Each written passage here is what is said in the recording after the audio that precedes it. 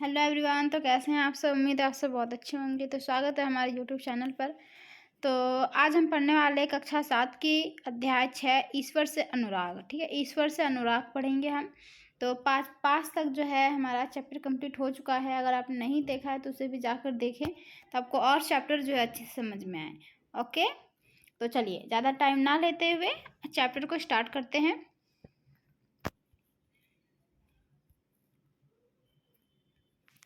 चलिए, जैसे कि इसमें लिखा हुआ है, आपने लोगों को पूजा पाठ करते अथवा भजन कीर्तन या कव्वाली गाते या चुपचाप ईश्वर के नाम का जाप करते हुए देखा होगा। ठीक है, आपने ये भी गौर किया होगा कि उनमें से कुछ तो इतने भाव विभोर हो जाते हैं, यानी कुछ इतना अच्छे से इतना खो जाते हैं कि उनकी जो आंखों में आंसू भर आते हैं, है ना। मतलब सोचते सोचते जो है कुछ आंसू आ जाते हैं। ईश्वर के प्रति ऐसा प्रेम भाव या गहरी भक्ति उन विभिन्न प्रकार के भक्ति तथा सूफी आंदोलन की देन है। ठीक है, किसकी देन है? सूफी आंदोलन की और भक्ति आंदोलन जो हुआ था इसका देन है, जिनका 8वीं शताब्दी से उद्भव होने लगा। कब हुआ था ये? 8वीं शताब्दी से ही ये भक्ति भाव का जो है आना शुरू हो गया था। चलो, भक्ति की शुरुआत एक बार यहाँ पढ़ लेते हैं।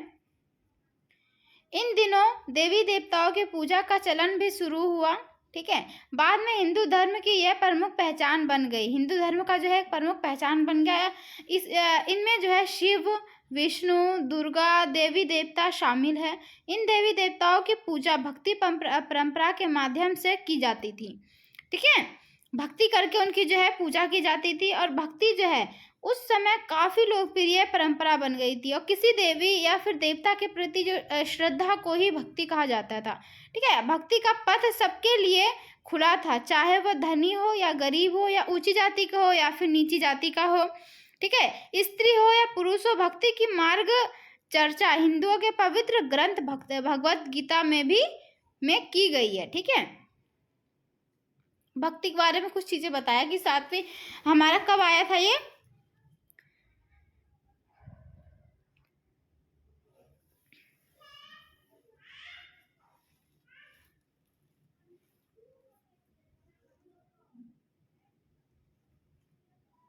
ये 8वीं शताब्दी से ये जो है आना शुरू हुआ था। भक्ति का शुरू हो गया था, भक्ति करना।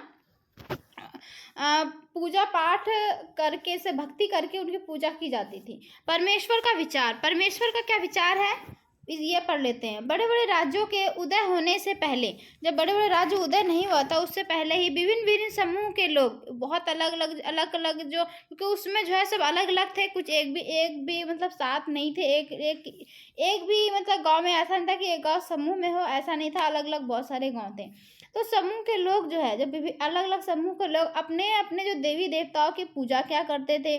जब लोग नगरों के विकास, यानी नगर का जब विकास करना होता था, व्यापार करना तथा साम्राज्यों के माध्यम से एक साथ आते गए। ठीक है, नगरों के विकास, व्यापार और साम्राज्यों के माध्यम से एक साथ जो है आते गए, तब नए नए विचार विकसित होने लगे। जब जो है एक नया नया विचार जो है विकसित होने लगा, यह बात व्यापक रूप से, यानी एक अलग रूप से देखा जाए तो ये स्वीकार की जाने लगी कि जीवधारी अच्छे तथा बुरे कर्म करते हुए जीवन मरण और पूर्ण जीवन के अनंत चक्रों से गुजरते हैं। ठीक है, ये चीज क्या पता चला?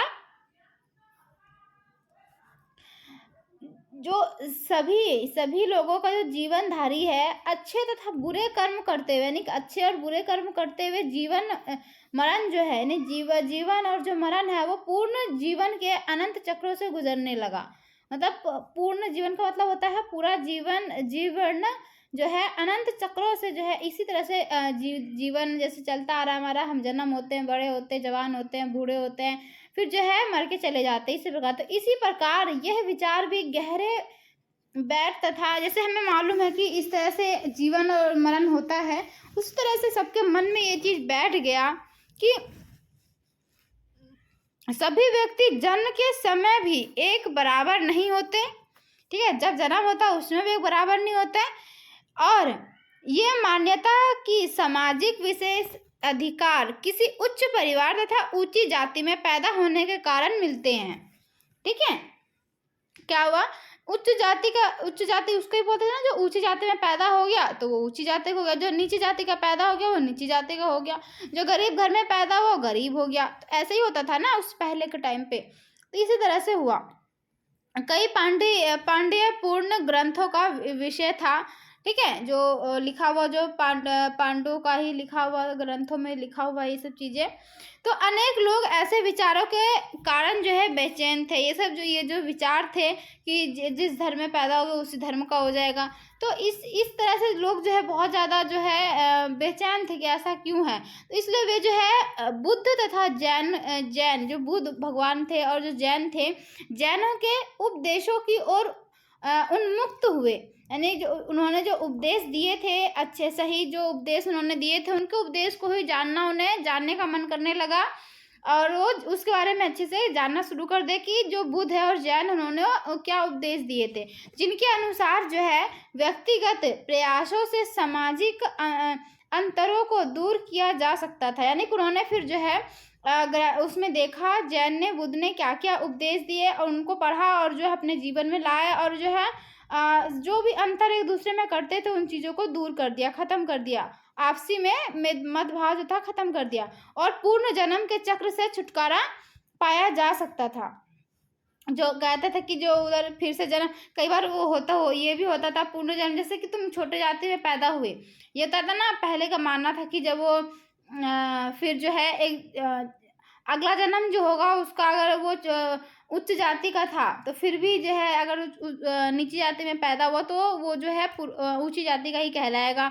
इस तरह से कुछ उस पूर्ण जन्म को उसमें मानते थे। कुछ अन्य लोग जो है परमेश्वर संबंधी जो परमेश्वर से जुड़ा जो विचार थे उनका जो है विचार से आकर्षित हुए कि यदि मनुष्य भक्ति भाव से परमेश्वर की शरण में आए, भक्ति भाव से अगर को जो भी आएगा उसको परमेश्वर की शरण में, तो वो जो है जो परमेश्वर है व्यक्ति को इस बंधन से जो है मुक्त कर सकता है।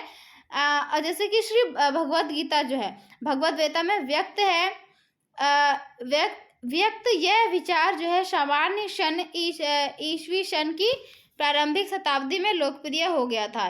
उसमें जो है भगवत गीता में लिखा हुआ है कि तुम जो है परमेश्वर की शरण में आ जाओगे तो तुम जो है हर चीज से जो है आज़ाद हो जाओगे, इस तरह से लिखा हुआ है। तो विशद धार्मिक अनुष्ठान बोलते हैं जो वो बिठाते हैं, जैसे मंदिर बन जाता है कोई या लोगों को बुला करके ग्रुप बना कर उस किसी चीज़ के बारे में डिस्कस होता है, उसे बोलते हैं अनुष्ठानों के माध्यम से श्री विष्णु तथा दुर्गा को परम देवी देवताओं के रूप में पूजा जाने लगा। ठीक है, तब एक जो है अनुष्ठान बिठाया और किसको विष्णु को, शिव को और दुर्गा को, देवी देवताओं को जो है पूजने लगे। साथ ही साथ जो है भिन्न भिन्न क्षेत्रों में पूजे जाने वाले जो अलग अलग जगह पे जो पूजे जाने वाले जो देव को पूजते थे, तो वो जो है देवियों को शिव, विष्णु या दुर्गा के रूप में माना जाने लगा। ठीक है, जो भी देवी देवताओं को पूजते थे उनको भी क्या मानने लगे, विष्णु मानने लगे, शिव मानने लगे, कृष्ण मानने लगे, इस तरह से मानने लगे, दुर्गा मानने लगे। तो इस प्रक्रिया में स्थानीय मिथक तथा किस्से कहानियां पौराणिक कथाओं के अंग बन गए। पुराणों में पूजा की जिन पद्धतियों की अनुशंसा की गई थी, ठीक है, अनुशंसा की गई थी, उन्हें जो है स्थानीय ग्रंथों में भी अपनाया जाने लगा। जो भी उस समय जो बोला जाता था वो चीज़ें जो है अपनाने लगी। उसके बाद जो है आगे चलकर क्या हुआ, पुराणों में भी इस बात का उल्लेख किया गया कि भक्त जो भले ही किसी भी जाति पाति का हो, ठीक है, भक्त जो है वो किसी भी जाति पाति का हो, सच्ची भक्ति से ईश्वर की कृपा प्राप्त कर सकता है। कोई भी जाति का हो, ईश्वर की जो है जो कृपा है वो प्राप्त कर सकता है। भक्ति की विचारधारा इतनी अधिक लोकप्रिय हो गई कि बौद्धों और जैन मतावलंबियों ने भी इन विश्वासों को अपना लिया। ठीक है, इस तरह से हुआ। और जो दक्षिण भारत में भक्ति का एक नया प्रकार नैयार और अलवार के बारे में जो है पहले शायद सुना हो। ये जो है इसके बारे में आप 9वीं क्लास में भी पढ़ोगे और भी क्लासेस में पढ़ते रहोगे। ठीक है, ये देखो किस तरह से करते थे अनुष्ठान।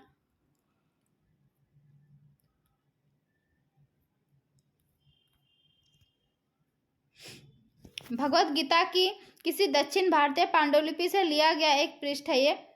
आज भी आप स्थानीय मिथन तथा किस्से कहानियों की इस प्रक्रिया को व्यक्त स्वीकृत पाते हुए देख सकते हैं। क्या आप अपने आसपास कुछ ऐसे उदाहरण ढूंढ सकते हैं? ये क्वेश्चन है, कुछ खास नहीं है। चलिए नैयार और अलवार के बारे में पढ़ लेते हैं। नैयार और अलवार क्या था, ठीक है। 7वीं से 9वीं शताब्दी के बीच कुछ नए धार्मिक आंदोलन का प्रादुर्भाव हुआ, यानी कि एक जो है 7वीं और 9वीं शताब्दी से, ठीक है, 7वीं से 9वीं शताब्दी तक क्या हुआ, इसके बीच में जो है एक नए धर्म आए, धर्मों का जो है आंदोलन क्या था, प्रभुभाव हुआ, यानी कि एक जो है प्रभुभाव मतलब होता है एक उभर कर आना, ठीक है। तो इन आंदोलन का नेतृत्व जो है, एक मिनट,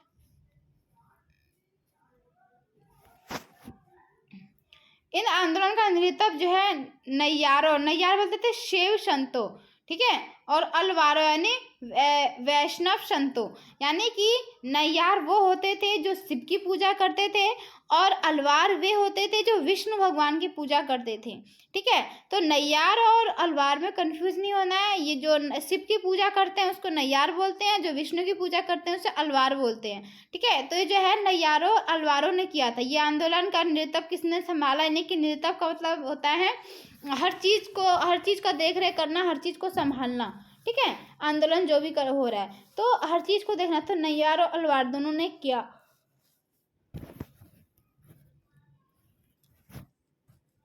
ये जो संत है सभी जातियों के थे, ठीक है, जिनमें पुलैया और पनार जैसी अस्पृष्ट समझी जाने वाली जातियों के लोग भी शामिल थे। ये जाति थे पुलैया और जो है पनार, ये ठीक है, ये जाति थी, ठीक है। तो ये जो है जातियों के लोग भी इसमें शामिल थे। वे जो है बौद्धों और जैनों के जो कटु आलोचक थे, यानी कि जो कटु आलोचक थे और शिव तथा विष्णु के प्रति सच्चे प्रेम को मुक्ति का मार्ग बताते थे, ठीक है। यानी कि जो उसमें बौद्ध में जैन में जो भी कटु आलोचक थे, यानी कि जो भी बुरी बातें बोली थी, ठीक है, और जो है उसमें और भी चीज़ें बताया कि जैसे कि शिव और विष्णु के प्रति जो सच्चे प्रेम को मुक्त का जो मार्ग है यही है हमारा, कि हम जो है एक सब कुछ मतलब एक मोह माया बोले तो दुनिया का छोड़ के वो जो है भगवान की भक्ति में लीन हो जाना, वो है हमारा एक जो है सच्चे भक्त बन जाना, एक मुक्ति का मार्ग बन जाता है। उन्होंने ऐसा कहा, ठीक है, उसमें ऐसा था लिखा हुआ। उन्होंने संगम साहित्य, ये जो है तमिल साहित्य का प्राचीनतम उदाहरण और सामान्य सन जो है, यानी ईसवी सन की प्रारंभिक शताब्दी में रचित, यानी प्रारंभिक शताब्दी में लिखा गया था एक तमिल साहित्य, उसमें ये चीज़ कहा गया था संगम साहित्य, ठीक है। तो ये जो है उन्होंने संगम साहित्य में जो है समाहित प्यार और शूरवीरता, यानी कि प्यार को शूरवीरता के आदर्शों को अपना कर भक्ति के मूल्यों में उनका समावेश किया था। यानी कि तुम अगर कर अच्छे करते हो, कर भक्ति में मतलब अपना लिया और भक्ति के मूल्यों में जो है उनका समावेश कर दिया, यानी कि प्रेम प्यार को शूरवीरता को उन्होंने अपना लिया और जो है उनका समावेश किसमें किया, भक्ति के मूल्यों में। तो नैयार और अलवार जो है घुमक्कड़ साधु संत थे। क्या थे? नैयार और अलवार जो है घुमक्कड़ साधु संत है, घुमक्कड़ जो इधर उधर घूमते रहते हैं, जिनका कोई एक ठिकाना नहीं होता। वे जिस किसी स्थान या गांव में जाते थे वहां के स्थानीय देवी देवताओं की प्रशंसा में सुंदर कविताएं रचकर उन्हें जो है संगीत वृत्ति कर दिया करते थे। यानी जहां भी जाते थे जो है जो देवी देवताओं के बारे में प्रशंसा में सुंदर कविताएं रचते थे, बहुत अच्छे से सुंदर सुंदर कविताएं लिखते थे और संगीत भी बनाते थे और जो वहां पे संगीत वृत्ति कर दिया करते थे। नैयार और अलवार के बारे में कुछ छोटी सी हम कहानी पढ़ लेते हैं, ये पढ़ने में तो बहुत मज़ा आता है। चलिए, कुल मिलाकर बोले तो 63 नैयार ऐसे थे जो कुम्हार, अस्पृश्य, कामगार, किसान, शिकारी, सैनिक, ब्राह्मण और मुखिया जैसी अनेक जातियों में पैदा हुए थे।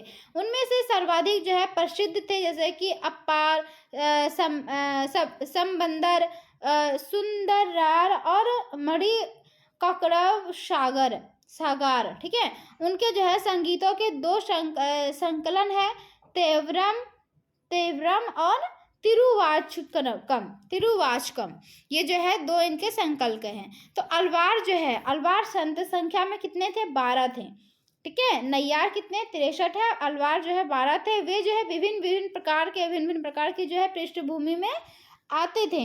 उनमें से जो है सर्वाधिक प्रसिद्ध थे पेरियर अलवार, ठीक है, पेरियर अलवार। उनकी जो पुत्री है अंडाल जो है तोंडर टिप्पोंडी अलवार और नम्मालवार, उनके जो है गीत दिव्य प्रबंधन में संकलित है। यानी कि इसमें इसका जो है इनके बारे में लिखा हुआ है, संकलित है। चलिए आगे बढ़ते हैं।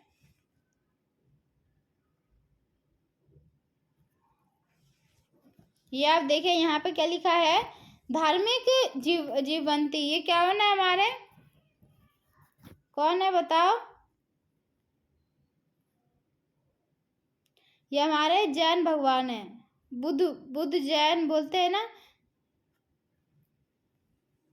एक काश्य प्रतिमा, एक बनाया हुआ एक प्रतिमा है। सॉरी, ये बुद्ध जैन नहीं है, ये एक प्रतिमा ऐसी बना हुआ है, ठीक है।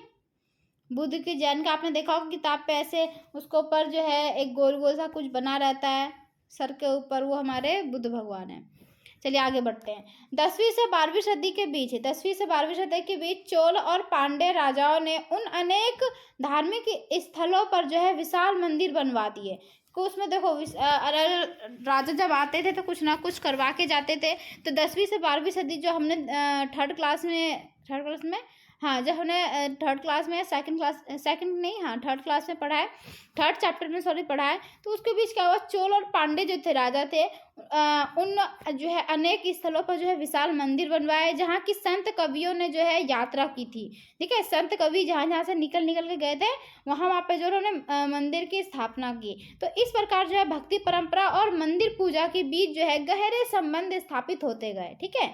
इनके बीच क्या हुआ, जो है भक्ति परंपरा और मंदिर पूजा, ये सब कुछ जो है बहुत जो है गहरा संबंध स्थापित होता गया। और यही समय था जब उनकी जो कविताओं का जो है संकलन तैयार किया गया था, ठीक है। इसके अलावा अलवारों तथा नैयार संतों की धार्मिक जीवनियाँ भी रची गई, ठीक है। उनकी जो है नैयार के इस समय जो है जीवन जो को कैसे कटती थी उनकी, वो भी रची गई थी। तो आज हम भक्ति परंपरा के इतिहास लेखन में इन जीवनियों का स्रोत के रूप में जो है उपयोग करते हैं। इन जीवनियों का किसमें एक स्रोत हमें है इतिहास का, उसके रूप में जो है उपयोग करते हैं, ठीक है।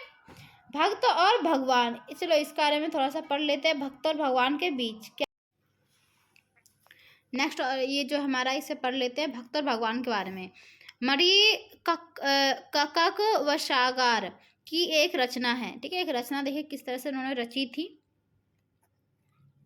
मेरे हार्ड मास्क के इस घृणित पुतले में तुम आए जैसे ये कोई सोने का मंदिर हो। यानी कि अपने शरीर को वो क्या कहता है, घृणित पुतला बोलता है। और क्या बोलता है ईश्वर को कि तुम आए ये जैसे ये कोई सोने का मंदिर हो। मेरे कृपालु प्रभु, मेरे विशुद्धतम रतन, तुमने मुझे सांत्वना देकर बचा लिया। तुमने मेरा दुख, मेरा जन्म मृत्यु का कष्ट और माया मोह हर लिया और मुझे मुक्त कर दिया। हे ब्रह्मानंद, हे प्रकाश में मैंने तुम में शरण ली है और मैं तुमसे कभी दूर नहीं हो सकता। कवि ने भगवान के साथ अपने संबंध का कैसा वर्णन किया है बताओ, किस तरह से वर्णन किया गया है, मतलब अपने को पूरा समर्पित कर दिया हो, इस तरह से ये इसमें बता रहा है। चलिए आगे देखते हैं। नेक्स्ट टॉपिक है हमारा दर्शन और भक्ति। दर्शन और भक्ति को लेके कुछ थोड़ा सा पढ़ लेते हैं। भारत के सर्वाधिक प्रभावशाली दार्शनिकों में से एक शंकर का जन्म 8वीं शताब्दी में केरल प्रदेश में हुआ था। भारत के जो सर्वाधिक प्रभावशाली जो दार्शनिक देखने लायक जो उसमें से क्या है, शंकर का जन्म जो है 8वीं शताब्दी में केरल प्रदेश में हुआ। कि कहाँ पे हुआ? केरल में। वे जो है अद्वैतवाद के समर्थन थे। किसके समर्थन थे? अद्वैतवाद के, जिसके अनुसार जीवात्मा और परमात्मा जो परम सत्य होते हैं, जो हमेशा सही होते हैं। परमात्मा जो है जो हमेशा सच बोलते हैं, सही की राह पे चलते हैं। तो जीवात्मा और परमात्मा दोनों एक ही है। इसका मतलब जिसके अनुसार क्या होता है, जीवात्मा और परमात्मा जो है दोनों एक ही है। उन्होंने ये शिक्षा दी कि ब्रह्मा जो एकमात्र या परम सत्य है, बाहर का जो है वो एक सत्य है, वह निर्गुण और निराकार है। यानी कि जो भगवान है वो निर्गुण है, ठीक है, और निराकार है, यानी उसका कोई आकार नहीं है। शंकर ने हमारे चारों ओर के संसार को मिथ्या या माया माना। चारों ओर के संसार को क्या माना? मिथ्या माना या फिर माया, मतलब कहा कि मोह रचा हुआ है, माया है और कुछ भी नहीं है। और संसार का परित्याग करने अर्थात संन्यास लेने और ब्रह्मा की सही प्रक्रिया को समझने और मोक्ष प्राप्त करने के लिए ज्ञान के मार्ग को अपनाने का उपदेश दिया। ठीक है, इस तरह से हुआ। रामानुज 11वीं शताब्दी में तमिलनाडु में पैदा हुए थे। वो हमने शंकर के बारे में पढ़ा, ठीक है, वो जो है हमारे ये जो हमने पढ़ा था शंकर के बारे में पढ़ा था, ठीक है। और ये जो हम रामानुज के बारे में पढ़ रहे हैं, इन्होंने क्या कहा ये देख लेते हैं। शताब्दी में तमिलनाडु में जो है पैदा हुए। वे जो है विष्णु भक्त अल्वार संतों से बहुत प्रभावशाली थे। किसको? विष्णु भक्त थे वो अल्वार संतों से। तो उनके अनुसार जो है मोक्ष प्राप्त करने का उपाय विष्णु के प्रति अनन्य भक्ति भाव से था। विष्णु के प्रति किससे? अनन्य भक्ति भाव से था। ये भी भक्ति को ही जोड़ दिया है। तो भगवान विष्णु की कृपा दृष्टि से भक्त उनके साथ एकाएक होने का परमानंद प्राप्त कर सकता है। रामानुज ने विशिष्टाद्वैत के सिद्धांत को प्रतिपादित किया, जिसके अनुसार आत्मा परमात्मा से जुड़ने के बाद भी अपनी अलग सत्ता बनाए रखती है।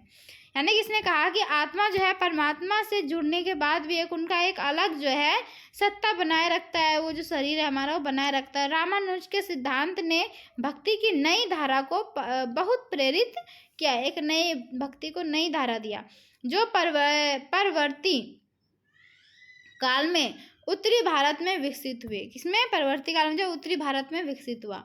उत्तरी भारत में मतलब होना शुरू हो गया। चलिए अब पढ़ लेते हैं बसवन्ना का वीरशैववास। शैव के बारे में पढ़ लेते हैं।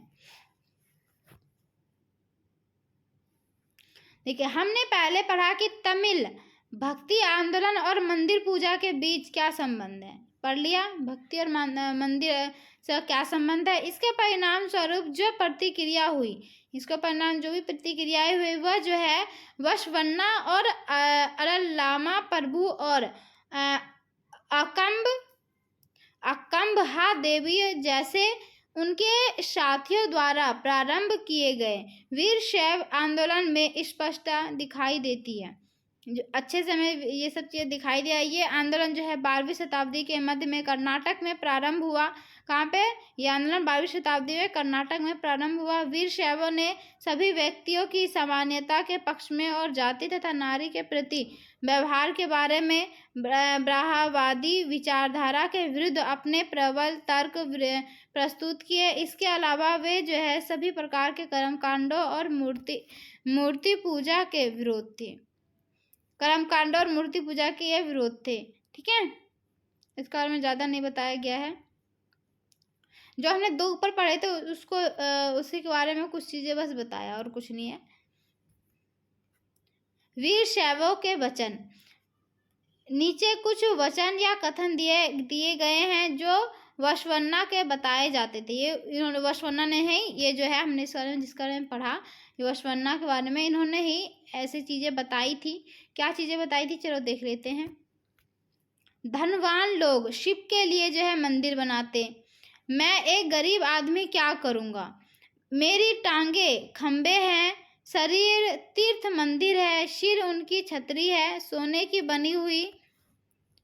ठीक है, जरा सुनो नदी संगम के प्रभु, खड़ी हुई चीजें कभी गिर जाएगी लेकिन चलने वाली सदा चलती रहेगी। ये क्या कहा, वसवन्ना जो है ईश्वर को कौन सा मंदिर अर्पित कर रहा है, अपने आप को ही अर्पित कर दिया इसने। ठीक है, दक्कन में भक्ति आंदोलन, दक्कन में भक्ति आंदोलन किस तरह से हुआ वो देख लेते हैं। 13वीं से 17वीं शताब्दी तक महाराष्ट्र में अनेकानेक संत कवि हुए, जिनके सरल मराठी भाषा में लिखे गए गीत आज भी जन मन को प्रेरित करते हैं। उन संतों में सबसे महत्वपूर्ण जो थे वो ज्ञानेश्वर, नामदेव, एकनाथ और तुकाराम और सखुबाई है ना, जैसी स्त्रियां तथा चोखा मिठा का परिवार जो अस्पृष्ट जो है समझी जाने वाली महार जाति का था। भक्ति की ये क्षेत्रीय परंपरा पंढरपुर में विठल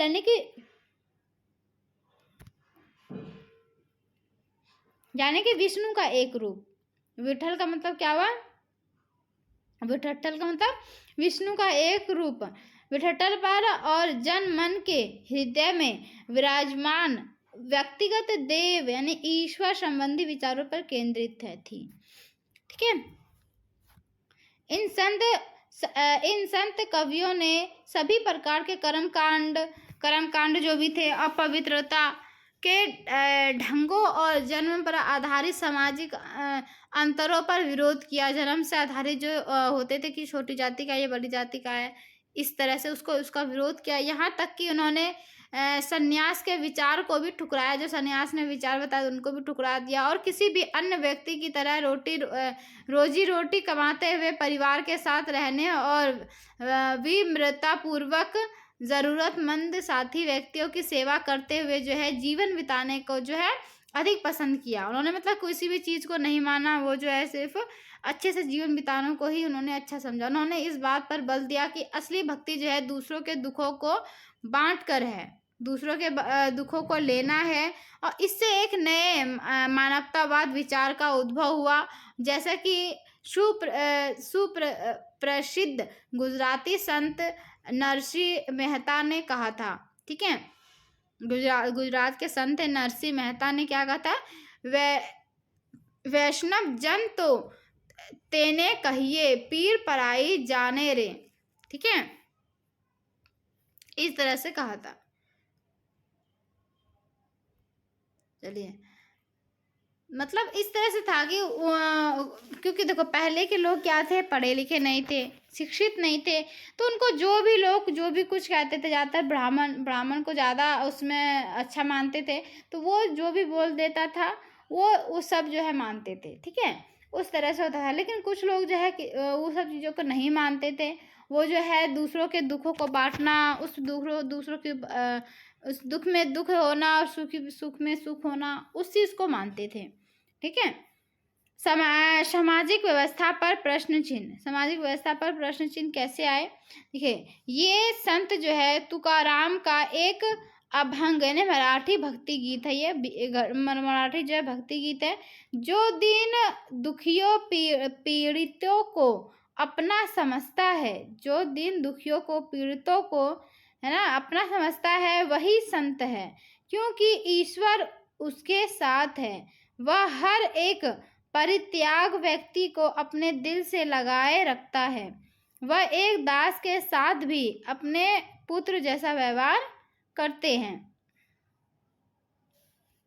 और बोला तुकाराम का कहना है कि मैं ये कहते कहते कभी नहीं थकूंगा, ऐसा व्यक्ति स्वयं ईश्वर है। ठीक है, ऐसा वो बोलते थे। जो भी दुख को समझेगा दुखियों को, पीड़ियों को अपना समझेगा वही संत है, ठीक है। क्योंकि इसका मानना था कि ईश्वर जो है फिर उसके साथ है। वह हर एक परितम व्यक्ति को या हर एक व्यक्ति को अपने दिल से लगाए रखता है। वह एक दास के साथ भी अपना पुत्र जैसा व्यवहार करता है, और नौकर है उसको भी पुत्र मानता है, तो वही उसके लिए समझो वही ईश्वर है। वो बोला कि मैं ये बोलते कभी नहीं थकूंगा कि स्वयं वो ऐसे व्यक्ति स्वयं ईश्वर है। तो यहाँ जो है चोखा मिठा के पुत्र द्वारा रचित एक अभंग दिया जा रहा था। तुमने हमें नीची जाति का बनाया। इसने बोला कि तुमने हमें नीची जाति का बनाया मेरे महाप्रभु, तुम स्वयं ये स्थिति स्वीकार करते हो, कर करके तो देखो, हमें जीवन भर जूठन खानी पड़ती है। इसके लिए मेरे प्रभु तुम्हें शर्म आनी चाहिए। ये इन्होंने लिखा था। तुम तो हमारे घर में खा चुके हो, तुम इससे कैसे इनकार कर सकते हो। चोखा का बेटा, ठीक है, बेटा चोखा मतलब बेटा होता है। कर्मा मेला पूछता है तुमने मुझे जिंदगी क्यों दी। इस तरह से वो बोलता है भगवान से, ठीक है। नेक्स्ट टॉपिक हमारा नाथपंथी सिद्ध और योगी, ठीक है।